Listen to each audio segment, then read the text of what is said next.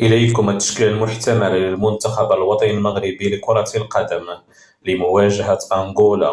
ولكن قبل التفاصيل ما تنسوش ديروا جيم للفيديو واشتراك في القناة ومشاركته مع أصدقائكم. التشكيلة المحتملة للمنتخب الوطني المغربي لمواجهة ودية أنغولا.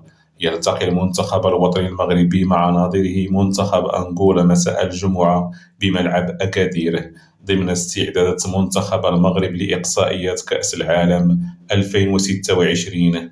من المنتظر جدا أن تعرف التشكيلة الأساسية التي سيلعب بها المنتخب الوطني المغربي لكرة القدم بداية من الساعة 10 مساء يومه الجمعة. مشاركة الوافد الجديد إبراهيم دياز كأساسي. من المحتمل أن يعتمد الناخب الوطني وليد الركراكي في المباراة على التشكيلة التالية: حراسة المرمى ياسين بونو، وفي الدفاع يحيى عطية الله، شادي رياض، ونايف أكرد، وأشرف حكيمي. وفي وسط الميدان سفيان مرابط، عز الدين أناحي، وإبراهيم دياز الوافد الجديد.